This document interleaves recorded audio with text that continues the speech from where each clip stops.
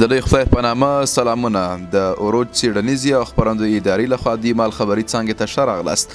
د سرحدونو قومونو او قبایلو چارو سرپرست وزیر وایي افغانستان به ډیر ژر خپلې پیسې، پاسپورټونه او وسلې په هیواد کې دننه تولید کړي.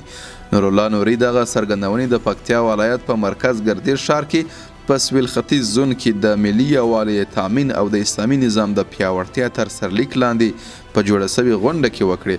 نوموړي زیاته کړه چې اسلامي امارت لکه څنګه چې د جګړې پر مهال خپلواک و، په حکومت کې هم آزادانه فعالیت کوي.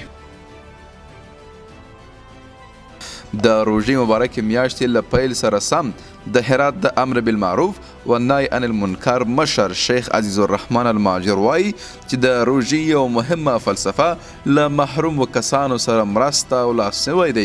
د هرات د امر بالمعروف او نهی المنکر مشر وایي د روژې مبارکه میاشت د ټولو نیکو کارونو او له اړمنو سره د مرستې لپاره یو مهم فرصت دی. هغه له سوداګرو او پانګوالو غوښتنه وکړه چې په دې مبارکه میاشت کې د بېوزلو او اړمنو لاسنیوی وکړي.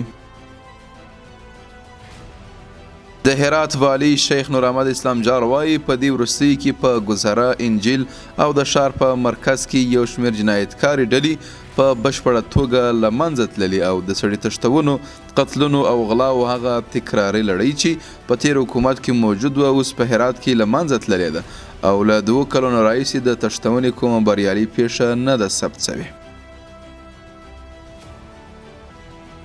د صنایعو او سوداګرۍ وزارت سرپرست نورالدین عزیزي پرون له بازار څخه د لیدنې پر مهال له سوداګرو وغوښتل چې د روژې په مبارکه میاشت کې په لوړه بیه له پلورلو ډډه وکړي او په کمو ګټو قناعت وکړي.